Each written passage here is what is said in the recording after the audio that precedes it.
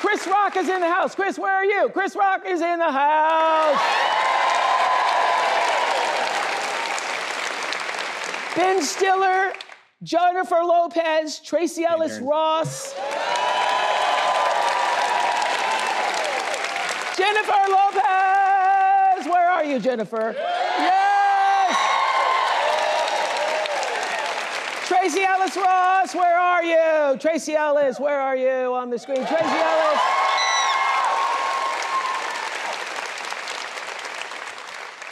Julia Roberts, where are you?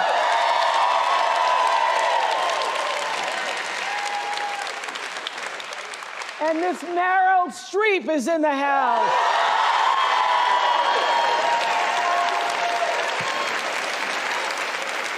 So glad to have all of you familiar faces and those of you who are not. I'll be honest, folks, I don't think I've ever seen the Democrats try to sell something so hard as Kamala Harris for president. In fact, maybe the last time would be when they created the Ku Klux Klan and tried to convince everybody that they didn't. Do you want the truth? Are you tired of being so confused? You feel like you're more f***ed up than the lies on the evening news? Well, just step right in. Welcome to the Don't Unfriend Me Show. Matthew Spear from the Don't Unfriend Me Show. It's good to have everybody here. Thanks. It's a little bit late in the afternoon. Got a little bit of a slow start. I'm not a fan of Kamala Harris. I'm not a fan of the Democrat Party. I think most people know that.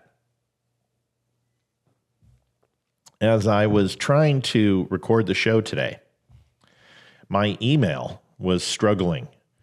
My computer was struggling. Everything just seemed to be running, I don't know, all screwed up. So I decided, okay, I'm just going to reboot everything. I'm going to start from scratch. This is a fairly nice computer. It's fairly new, and just going to kind of give it a fresh start. So I did that. And the emails, I could not get them to load through my mail program, and it was frustrating me. So I called GoDaddy. Now, I have a long history with GoDaddy. I've been working with GoDaddy for many, many years. I mean, decades at this point. And 14 years or so. And I'll tell you that I've seen the customer service drop off. So as I called into customer service for the fourth time after being hung up three times. And I'll be completely honest, I was very nice the first three times. I was yes, ma'am, no, ma'am. I was as polite as I could be. And then because they couldn't solve the problem, they would just hang up. And I called the fourth time, and this lady answered. And I said, listen, I know this is not your fault. But you represent the company, and I'm gonna give it to you. And I was just condescending and a jerk. I have my own shortcomings, but an hour later, after the first 10 minutes where I was condescending and a jerk, I lightened up a little bit because I saw this lady was trying so hard to help, and we got to talking. Her name is Victoria, and it was a great conversation. It's a conversation that I've had with tons of people on the show. And she reminded me of what most dummies are like, just, frustrated. And she says to me after asking my email, and I'm like, matt@thedumbshow.com. And she's, once everything calmed down, she goes, can I ask you something without you getting upset? And I said, sure. She goes, so let me get this straight. You're not voting for Kamala Harris and Tim Walz. And of course we laughed, and I said, oh God, you peeped my site, didn't you? And she goes, I sure did. And I'm going to go ahead and call Judge Jeanine Pirro, and Judge Jeanine Pirro, the sheriff of Pyro, and the Hodge twins, and tell them that you were being a jerk. And I can tell you, man, super nice lady. And I invited her to the show, and we were talking, and she started, I'm not a conspiracy theorist, but I want to talk about this, and I want to talk about this. And it was almost like an interview on the show. So I told her, I said, call in and contribute. The long way around the barn, and the reason why I bring this up is because I started doing comparison contrast between Democrats and Republicans, and what are the big differences? Now, we know that one's for small government, one's for big government.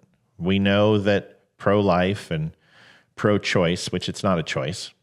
It's either pro-life or pro-death, just be honest. We know about the Second Amendment. We know about taxation. We know about protecting our borders. We know what Republican conservatives and Democrat liberals believe in or are supposed to. But there is something that has an eventuality that seems to have taken place that maybe we always knew that we were working towards, is that we no longer consider the qualifications to be a part of a party to be things that we believe in. It almost seems like we've got a party that wants to express their ideology and where they stand with their values, and another one who wants to make emotional tirades to try to convince conservatives to change their ways. And it's a very interesting dichotomy between the two, because that's not always what the Democrat Party was for. They were ACLU and NAACP and free speech, and hell, they even stood up for Larry Flint with pornography. I mean, this really was the Democrats' MO, was all about free speech, was all about limiting war, was all about, yes, having larger government, but it wasn't designed to castigate people into segregated boxes like they want to now. And it's all about racial division and equity and inclusion and diversity, and it's insanity. So when you have conservatives, they'll talk to you about their personal preferences, you know, whether it be guns or their diet or sexual orientation. These aren't necessarily conservatives' conversational topics that they bring up on any given Sunday. And if we say that we love guns and guns are a part of our lives and we use them to hunt and we use them to protect and we use them to deter crime happening on our own property, and sometimes we just use them for leisure, liberals will tell us something different. And if we don't like a gun, we'll just not buy it. It's not our favorite type of weaponry. And they will try to ban it and ensure that the government goes door to door and confiscates this gun, because you have to believe what they believe. I mean, that is the staple of liberal policy nowadays. And if we're meat eaters and we love a big steak, we'll just go and get a steak, maybe a baked potato and a salad, and that's something that we enjoy. And if we don't want steak, we just don't buy it. We maybe do chicken or pork. Or on the rare occasion, maybe we have a vegan Republican. We don't tell you about it. We just quietly go about our business. But it's different with liberals and vegans. They have to tell everybody. And everyone has to conform to their needs. The menu has to change. The people who are sitting at the table with their faces in their hands in embarrassment as they ask, is that gluten-free? Is it sugar-free? Is it dairy-free? Is that GMO-free? And everyone has to suffer. And we can even take examples of sexual orientation. If you have a gay Republican or a lesbian Republican, they just surround themselves with family and friends and people who love them and just castigate those that don't out of their lives. They don't need to make a production. They don't need to be celebrated and we have to go march in a parade. But liberals say that they're so uncomfortable with their own sexuality, their own identity, sometimes even their own race, that you must celebrate. You must participate. Otherwise, you're subjugating them to racism or prejudice or some sort of derision, when really, you just want to be left alone. When it comes to responsibility, conservatives are all about self-improvement, you know? And it's okay to get a hand up. It's okay to have someone help you get there. There's nothing wrong with temporary help. There's nothing wrong with the government jumping in when people lose their jobs on a mass scale, or COVID happens, the Great Depression happens, or the housing bubble breaks.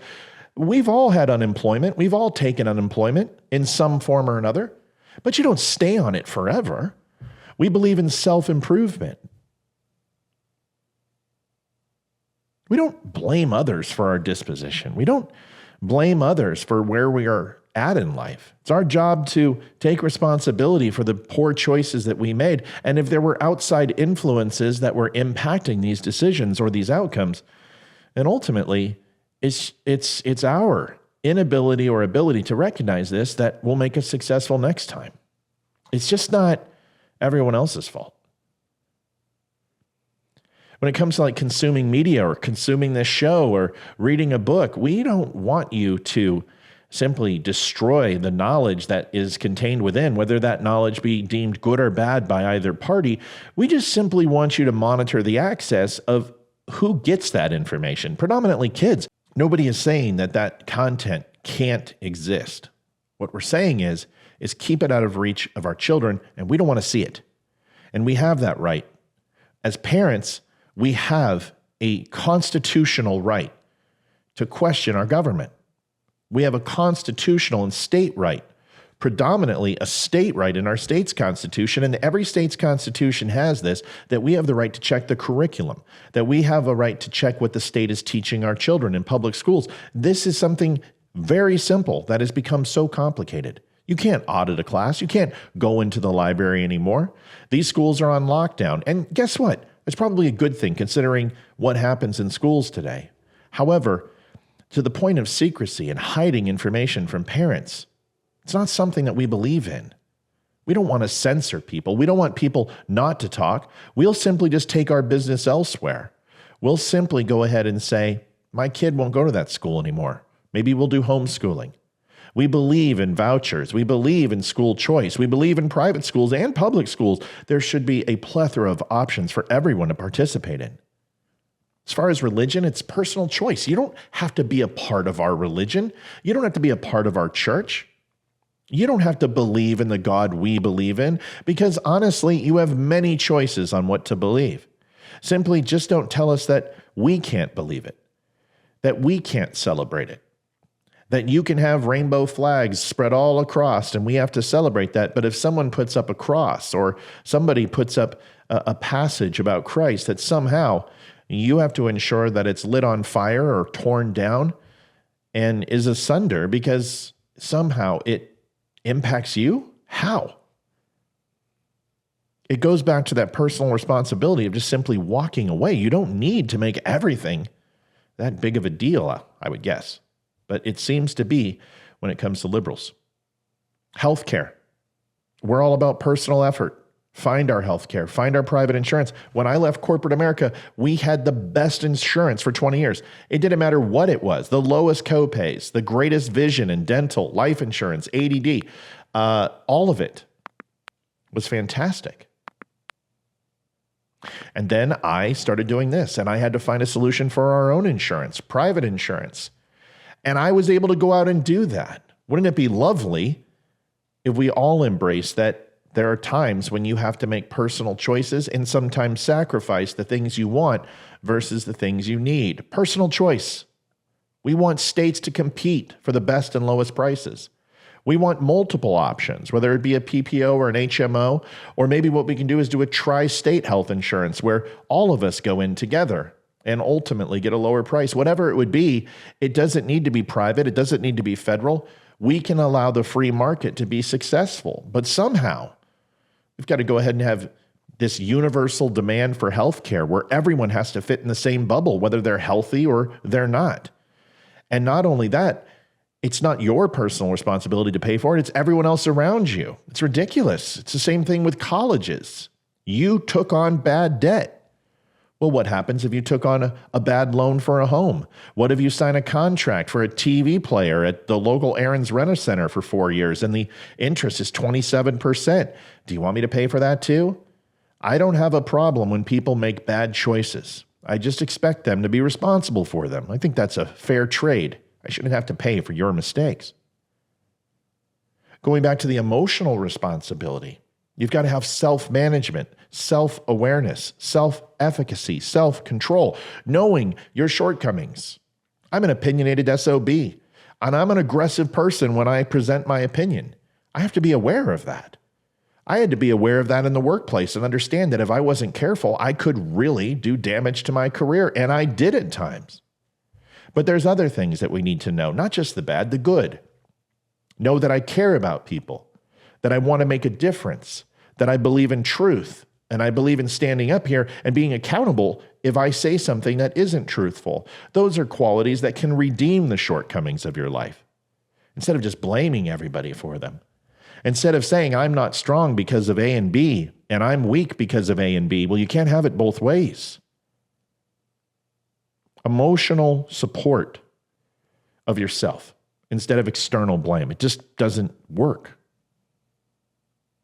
The last thing I'll talk about is that there is this misnomer that conservatives don't like other people that aren't like them. Isn't that interesting? I don't think I've ever heard conservatives call leftists a racial epitaph. I keep hearing that there's all this racism in the world and the N-words drop incessantly and people are subjugated to racial prejudice from police officers, and I know a ton of cops. I know a ton of conservatives. I know a ton of liberals.